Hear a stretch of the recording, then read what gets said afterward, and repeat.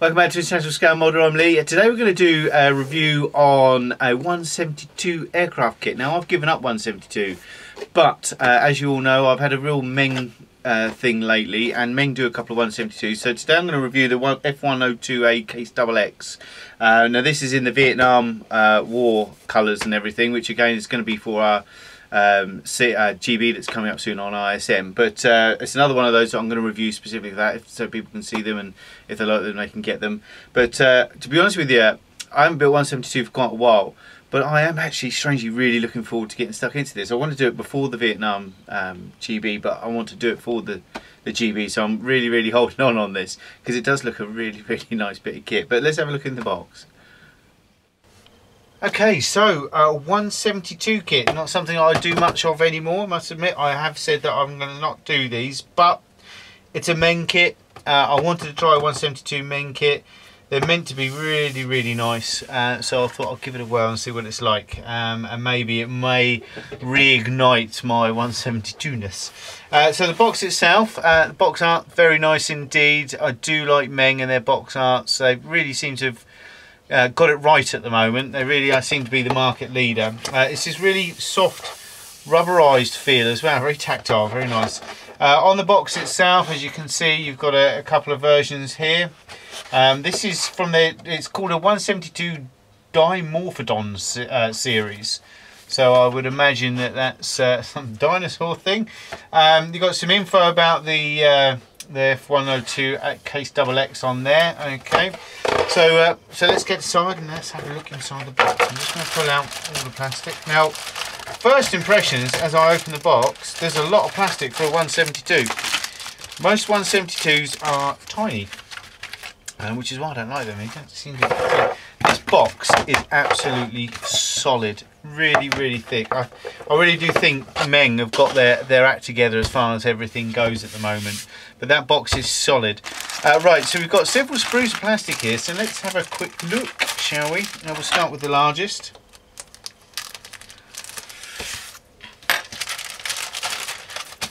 Okay. Right, so first of all, you've got the wings here, upper and lower. The main segment, and it looks like the wheelbase, the bomb bays, wheel bays and everything. The level of detail is very good indeed. Let's just zoom you in so you can have a look. Okay, there you go. Quite a lot of detail in there, as you can see. Some nice rivets. The moulding, the lines are really clean and crisp and very nice indeed. Not a lot on there, but as you can see, all very nice indeed. The plastic is a it's kind of like a it's what I call a medium plastic, but it's just maybe on the softer side. It's really nice. It doesn't seem to be a dot of flash or burring or anything like that. Oh, the wheel wells are quite nice. I'll show you that bit. Just do that instead of zooming in. So the wheel wells are really nice. Some nice detail in there as well, as you can see. But yeah, very nice indeed. As I say, the underside of it looks probably the wheel bay covers as well. Some nice detail in there, as you can see. Very nice indeed. Some very good detail for 172. Let's have a look at the fuselage. Yeah, I think I'm going to build this one for the Vietnam GB on ISM, mainly because it looks like it would be a reasonably quick build, and I haven't got a lot of time at the moment, especially when I'll be moving abroad. So, but here you go. Here's the fuselage. Again, very nice indeed, very clean and crisp. Some excellent level of detail on there for a 172, that's for sure. And you've got all these rings inside the jet and everything as well. Very nice. Take some weathering. And it looks like you've got some more detail in there as well. I'll zoom you in a bit here just so you can see. Oops, wrong way. There we go. Okay, so there's quite a bit to pick out and stuff. And you've got on the fuselage itself, as you can see, very nice panel lines, some nice detail as well. And that's looking like it's going to take a wash really nicely. So this is very clean and crisp, nice straight lines. No softness to those lines at all. You know, it's not one of those things we say, well, just a little bit soggy. Some of the lines these days, even on kits these days, can be a little bit soggy, I like to call it. They're just not sharp enough, you know. It's okay on the larger scales, like 132, maybe some large 148s, but when you look at this scale, it's got to be really clean and crisp and fine. So on here we have got the underside, we've got the cockpit, which is lacking in detail completely. You know, you're probably not going to see a lot of it. If you can have a look on here, there's a lot of glass in there actually, but the way it is, you're probably not going to see a lot of the cockpit itself. You've got the front legs, they're all very nice, nicely moulded. Again, doesn't seem to be any, there's no burr on there, which is nice. Well, you always get on a lot of kits, you get these rounded bits, we got some burr on there. There's none on there at all. Some nice detail again, right here. Okay, so lots of little things to pick out, and wires and pumps and stuff like that. And on the underside, you've got the inside of the wheelbase. Lovely amount of detail in there, look. Very nice indeed.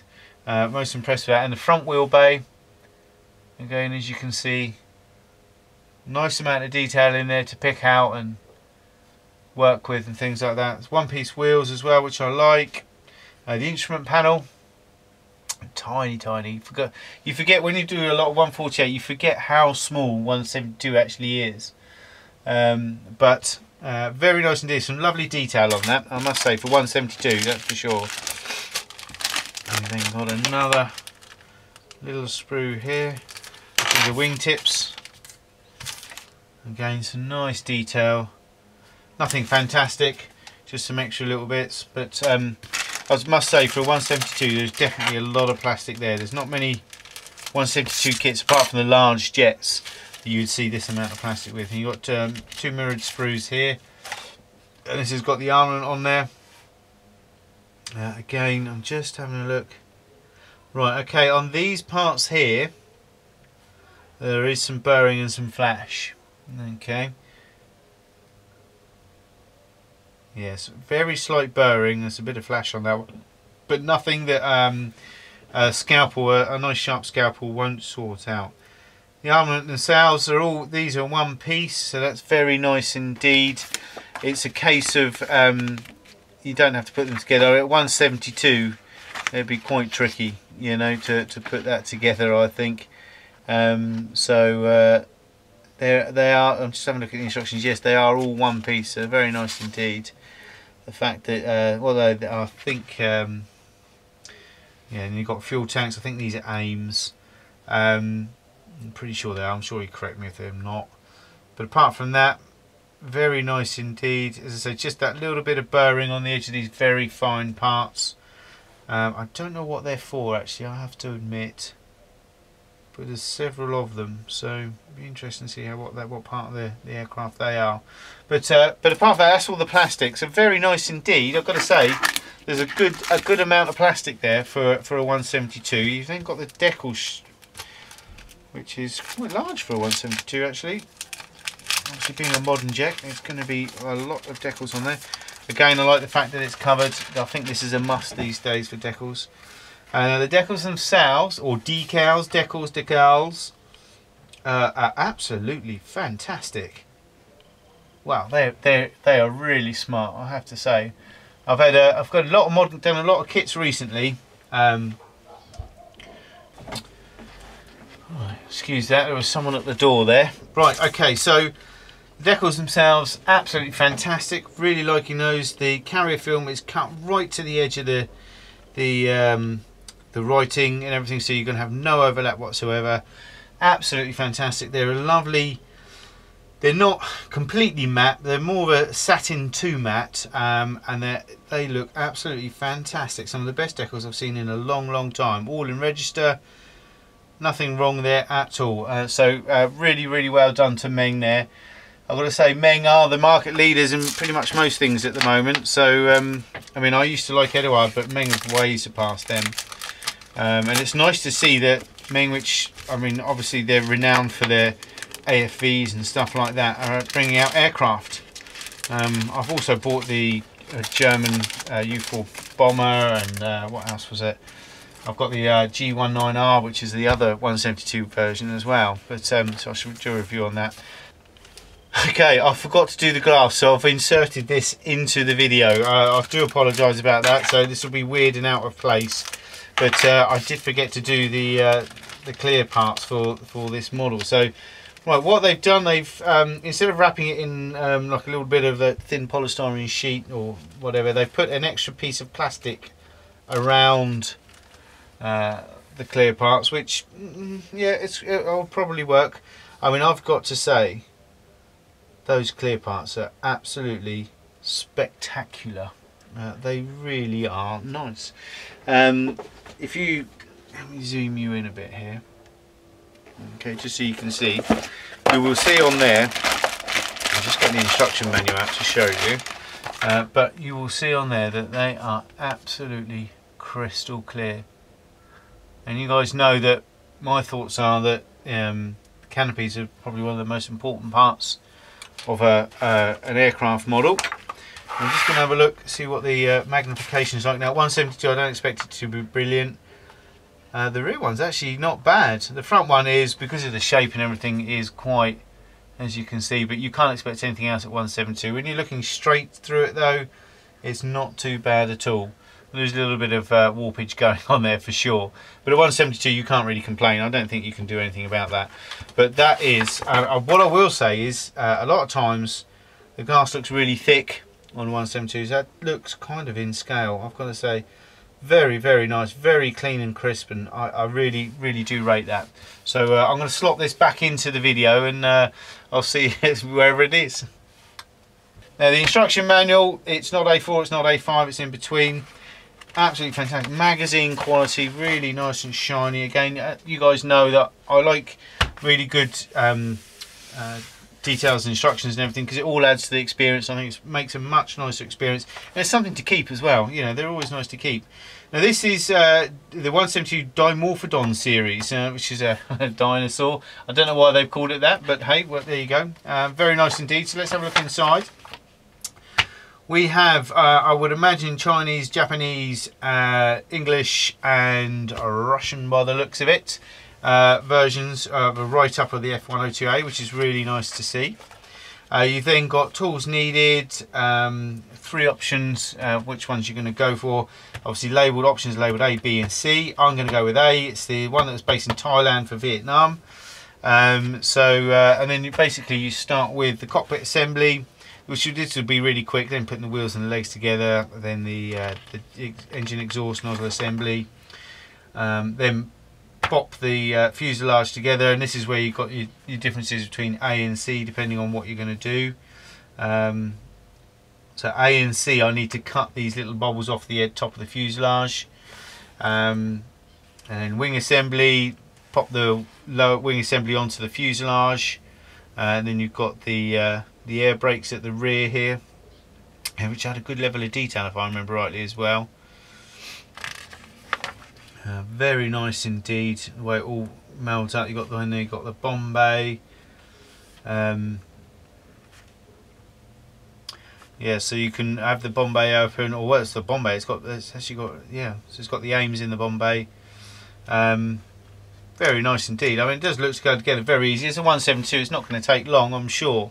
But I do like this like triangular or pyramidic cockpit. I think it's really funky. It does it very different indeed.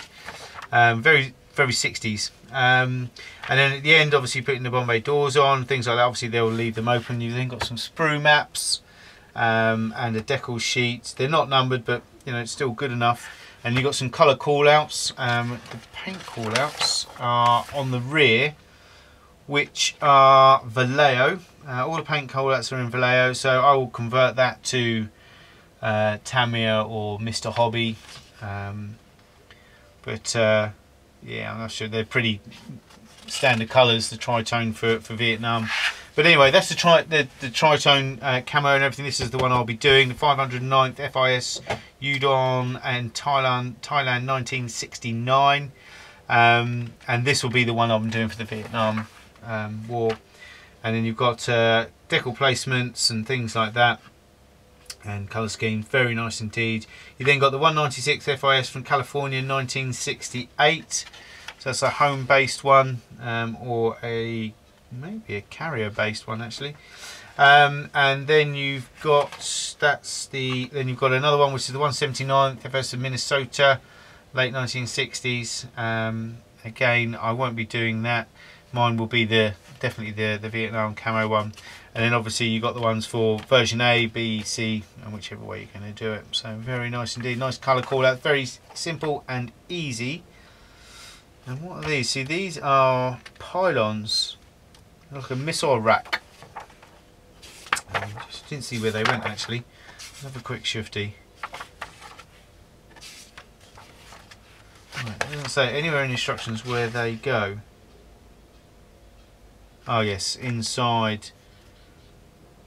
Actually inside here, so they're for inside there. They're quite large.